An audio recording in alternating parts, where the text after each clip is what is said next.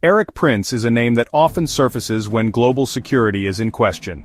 He is a former United States Navy SEAL officer who founded the private security firm Blackwater USA in 1997.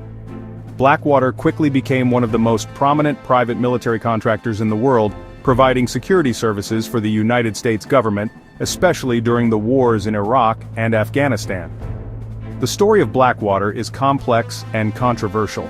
The most infamous incident occurred in 2007 at Nisour Square in Baghdad, where Blackwater guards killed 17 Iraqi civilians, leading to international outrage. Despite stepping away from Blackwater, Erik Prince has never left the world of private security.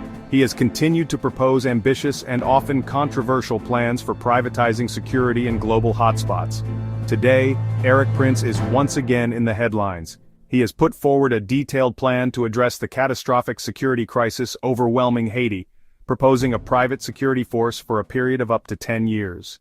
Haiti is currently in a state of near total collapse. The government has very little control outside of a few fortified areas in the capital, Port-au-Prince. The real power on the streets belongs to a coalition of heavily armed gangs. These groups control key infrastructure including the main port, fuel terminals, and major roads. This control allows them to choke off the supply of food, water, and medicine to the population, creating a man-made humanitarian crisis. The violence is relentless and indiscriminate. Kidnappings for ransom have become a daily occurrence, targeting everyone from schoolchildren to business owners.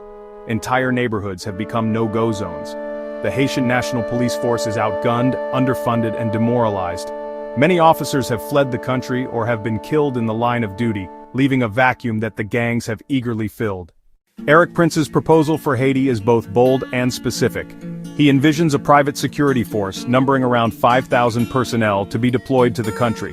This would be a highly trained and well-equipped force with a clear mandate to confront and dismantle the gangs. A key part of the plan is its duration. Prince has proposed a commitment of up to 10 years. This long-term approach is designed to address the deep-rooted nature of Haiti's security problems and provide enough time to train a new generation of Haitian police officers. Prince suggests that the operation could be financed by a coalition of concerned nations and international donors. He claims his private model would be more cost-effective than a traditional United Nations peacekeeping mission.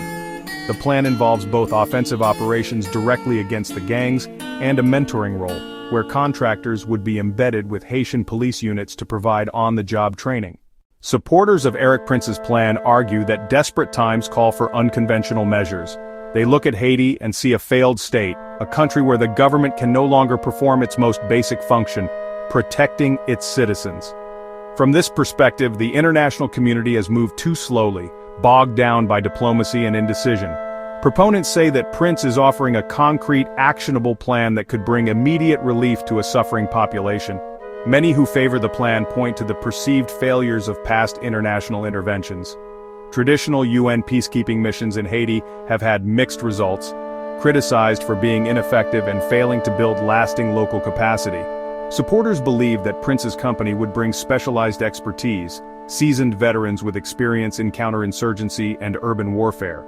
This level of tactical superiority is exactly what is needed to defeat the deeply entrenched gangs. Critics of Erik Prince's plan are numerous and vocal. The first objection is accountability. Private military contractors operate in a legal gray area. Critics ask, if Prince's forces were to harm civilians, who would hold them accountable? The memory of the Nisour Square massacre in Baghdad looms large. Opponents fear that unleashing a private army in the crowded urban neighborhoods of Port-au-Prince could lead to similar tragedies. Another major concern is the erosion of national sovereignty. Handing over a country's internal security to a foreign, for-profit company is seen as a modern form of colonialism. This would effectively make Haiti a protectorate of a private corporation. The profit motive is also contentious. A company like Prince proposes is ultimately responsible to its shareholders, not to the Haitian people.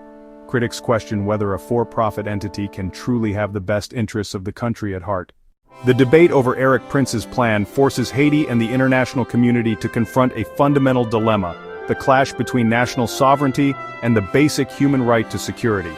For a country like Haiti, which has a long and painful history of foreign occupation and intervention, the idea of sovereignty is deeply important. Allowing a private foreign army to take control would be a profound surrender of that principle. On the other side is the desperate need for security.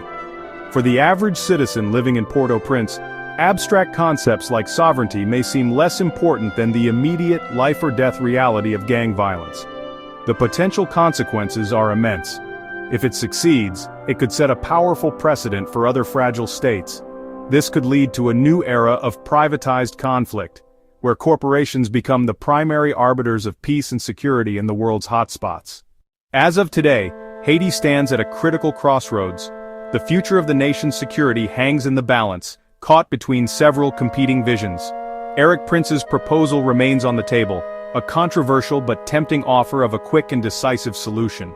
At the same time, the officially sanctioned path continues, the Kenyan-led multinational security support mission, backed by the UN. This represents the more traditional state-led approach to intervention, though it faces significant challenges. The most important factor is the Haitian people themselves. Any long-term solution must ultimately have their support.